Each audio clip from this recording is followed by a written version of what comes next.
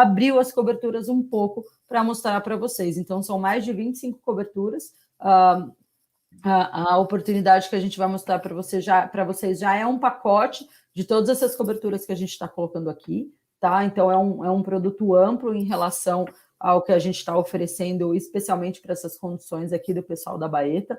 Então, as coberturas aqui que eu estou falando já vão estar lá e vocês não vão precisar selecionar coberturas, é isso que é legal. Já é um pacote completo delas, tá? Bacana.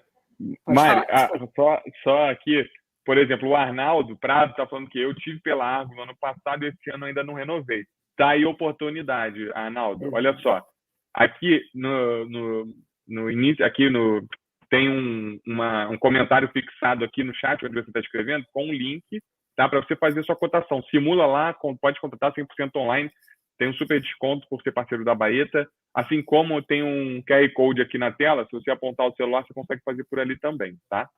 Legal. Oportunidade, aí, é isso aí. Exatamente. Enfim, Lourdes, da Carreteiro, falando que desde a fundação ela faz a RC Profissional, a fundação da corretora. Enfim, muitos corretores falando que faziam em outra seguradora, não estão fazendo mais. Uma coisa nesse ponto que eu queria agregar, desse caso, né? Faziam em outras seguradoras e não fazem mais. A gente teve aí algumas seguradoras que deixaram de aceitar esse tipo de seguro para atividade de corretor de seguros, né? E aí eu penso em duas coisas, assim. Poxa, eu falo tanto para o corretor fomentar esse seguro para todas as atividades, como que eu não vou oferecer proteção para ele mesmo? Não faz sentido na minha cabeça e na cabeça da CAD, né? A gente sabe que é uma atividade que tem um alto índice de sinistralidade, tá, pessoal? Eu não vou não vou falar diferente. Isso realmente acontece. Infelizmente, a gente tem problemas que às vezes não são erros dos corretores, mas o juiz, no final, entende que deveria ter sido e é uma responsabilidade do corretor de seguros. Então, a apólice cobre, está tudo certo. Mas, ao mesmo tempo, a gente tem problemas que realmente, numa renovação, tinha a cobertura de vendaval e aí, na hora de renovar, o corretor esqueceu de colocar, né? E a gente sabe que hoje em dia, cada vez o trabalho de vocês está dentro de um computador e dentro de um sistema de multicálculo, onde você vai ticando as coberturas. E, cara, erros podem acontecer, e podem acontecer com todo mundo. Então, existe um índice alto de sinistralidade da atividade de vocês, mas não faz sentido nenhum eu não oferecer uma cobertura para vocês enquanto vocês oferecem para todas as outras atividades. Então, esse é o nosso posicionamento da CAD. A gente é parceiro daqueles que são parceiros nossos, tá? Perfeito, perfeito. Tem mais perguntas aqui, mas eu vou mandando aí, a gente faz ao longo do caminho. Tá bom. Beleza, combinado. Então, falando um pouco aqui das coberturas, a gente tem a cobertura, uma das principais, que é a despesa de defesa, né? Quando a gente fala da despesa de defesa, pessoal, a gente tem que entender que dentro da despesa de defesa a gente tem várias coisinhas dentro dela. Então, aqui eu cito algumas: laudos periciais, depósitos recursais, a sucumbência, a perícia, caso seja necessário, e os honorários advocatícios, tá? Então, a gente cobre o custo de defesa, despesa de defesa, na esfera civil, administrativa e criminal, que não são todas as seguradoras que cobrem nessas três esferas. Algumas cobrem em uma, outras cobrem em outra, e assim vai. Alô? Vocês estão me ouvindo? Deu uma travada aqui. Sim, não. Tá perfeito. Então tá bom, desculpa. Então, aqui a gente tem, dentro dessas despesas, laudos periciais, depósitos recursais, sucumbências e os honorários advocatícios. O que a gente limita dentro das despesas de defesa, tá, pessoal? Os honorários advocatícios. O que são os honorários advocatícios? É a para poder te representar num possível acordo que você vai fazer, nessa possível reclamação que você tenha e numa esfera judicial, tá? Então, esse escritório de advocacia é de livre escolha do nosso segurado, a gente não interfere, a gente não indica, mas a gente tem uma limitação para isso. Por que da limitação? Essas coberturas é uma das coberturas mais sensíveis do seguro. Quando a gente, infelizmente, quando alguns escritórios, eu não vou generalizar, descobrem que um cliente tem uma apólice de seguro por trás dele para pagar essa despesa, acaba que o honorário acaba ficando muito mais alto do que o normal. Então, a gente colocou essa limitação, uma para eu poder controlar um pouco algumas sinistralidades e alguns pedidos de honorários advocatícios um pouco elevado, que a gente considerava, tá? E, ao mesmo tempo, para que eu não desse um cheque em branco para coisas que não forem necessárias em relação ao seguro. Então, hoje a gente tem essa limitação e o valor que a gente limita, ele é suficiente para pagar aí os honorários advocatícios. Então, os honorários advocatícios são limitados. Depósito recursal, sucumbência e perícia não, tá? Danos à reputação, que também é muito importante. Vocês, corretores, demoram um tempo, todo mundo, toda empresa demora um tempo para colocar a sua marca, né? Que nem a própria marca do Baeta. Então, a empresa em si, ela tem uma reputação. E a sua reputação, ela pode ser ferida dependendo do tipo de reclamação que você recebe do terceiro. Então, hoje em dia, a gente sabe que o brasileiro não é mais o povo que fala, não vou reclamar porque não vai dar em nada. Eles reclamam, eles colocam a boca no trombone, colocam na internet e isso pode simplesmente ferir a sua reputação. Então, o que a apólice dá? A apólice permite que você contrate uma assessoria de imprensa para poder restabelecer essa sua reputação e para colocar uma nota, de repente, no jornal, na internet, falando, olha, realmente isso aconteceu, mas já foi resolvido, ou então, olha, isso não aconteceu, esse fato não é verídico, para que a gente diminua esse possível dano à sua reputação, tá? Acordo judicial e extrajudicial, que eu já falei ali no começo, então a apólice, ela paga os acordos entre as partes, lembrando que nenhum acordo, nenhuma indenização pode ser feita sem aviso e sem anuência prévia da seguradora, isso é importante, você precisa avisar a seguradora desse sinistro e a seguradora precisa estar ok com esse tipo de acordo que você vai fazer.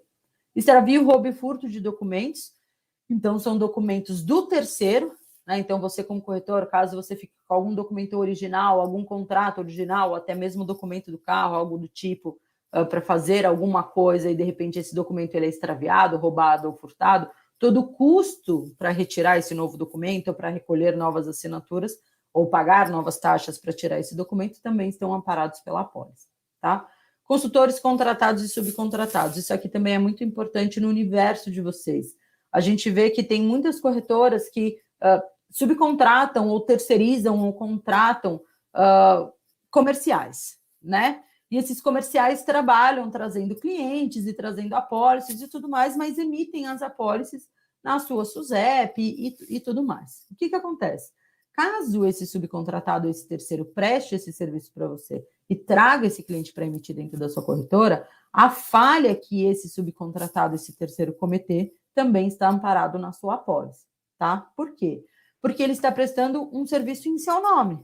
Então, ele também tem a responsabilidade de atender o seu cliente, e o seu cliente, no fundo, ele não sabe, às vezes, que essa pessoa é uma subcontratada. Ele acredita que ele esteja falando com alguém da corretora, né? Então, essa pessoa, se ela cometer alguma falha, algum erro ou uma omissão, também vai estar amparado pela apólice, tá?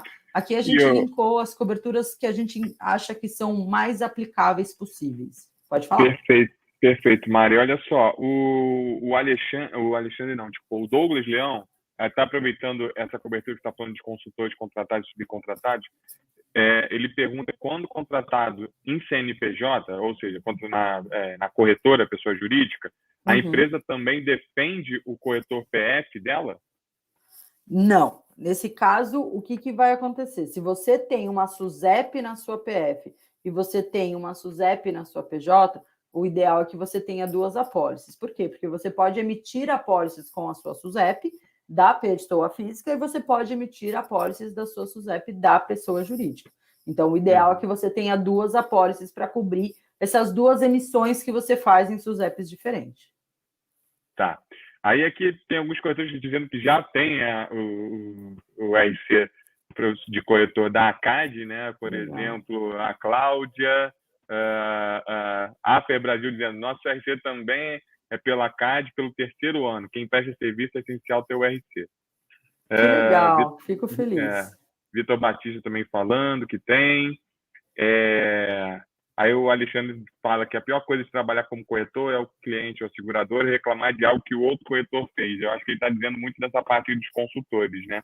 Exato. E quando a gente tem, né, essa parte dos consultores, dos terceirizados, às vezes o cara é muito comercial e não entende tanto a gente sabe que o seguro tem aquela linha cinza, né, pessoal? Então, uma modalidade ela vai até a página 1, a outra modalidade vai da página 1,5 até a 2 e assim vai.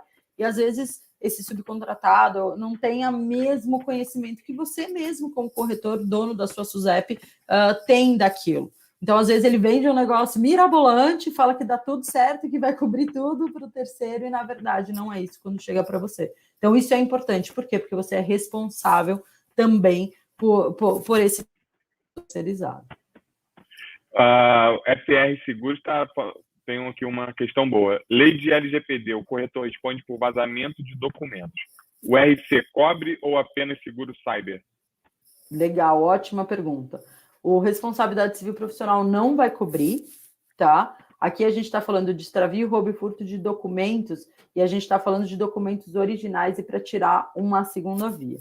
Quando a gente fala de documentos eletrônicos, esses documentos são de responsabilidade da apólice de cyber, tá? E quando a gente fala de ataque cibernético, quando a gente fala de vulnerabilidade em relação ao seu sistema protecional, a gente está falando de um ataque externo, não de uma falha sua como corretor ou de uma possível omissão ou erro sua como corretor. A gente está falando de um evento externo que você tem a sua responsabilidade.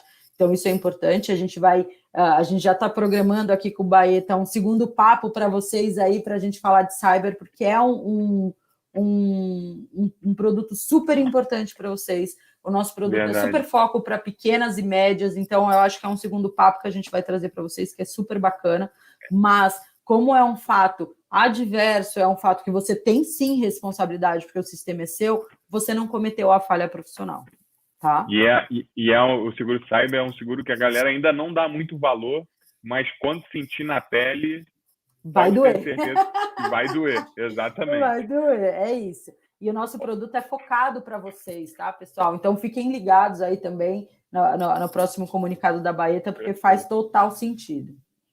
Perfeito. Mari, tem aqui uma pergunta do Júnior da Unicor, ele está perguntando, até quantos anos você pode abrir uma reclamação junto à seguradora? Tá, legal. O ideal é sempre que você avise quando você tem o conhecimento ou que você acredite que vai ter algum problema, tá? Justamente por isso. A seguradora, nas condições gerais, a gente tem até 1 ano para que você abra um sinistro em relação a isso.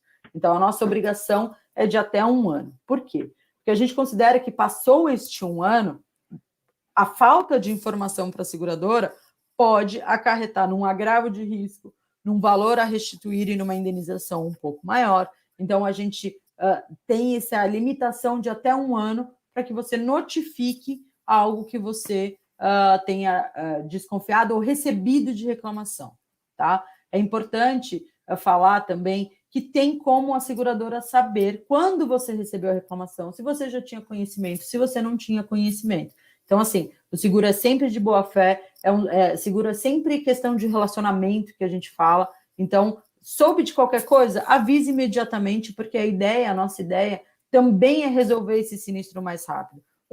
Porque fica mais barato para a seguradora, fica mais barato para o segurado, porque o seguro tem franquia. Então,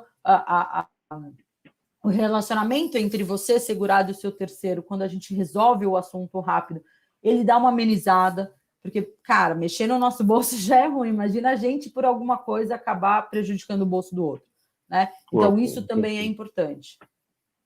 E lembrando, gente, que a Mari falou aqui das principais coberturas, mas são mais de 25 coberturas, tá? Isso. E aproveitando aqui, o Gilberto Caroni, ele está falando que ele entrou pelo link para cotar, PJ, só que só pede o CPF. Gilberto, olha só, no formulário, se atente ali em cima que tem pessoa física e jurídica. Aí você clica na jurídica que vai abrir com o CNPJ para você cotar, tá? A gente vai mostrar aqui mais para frente no bate-papo aqui, a gente vai como é que funciona, tá? Legal, eu vou fazer uma simulação com vocês, isso aí. Perfeito, podemos seguir. Tá?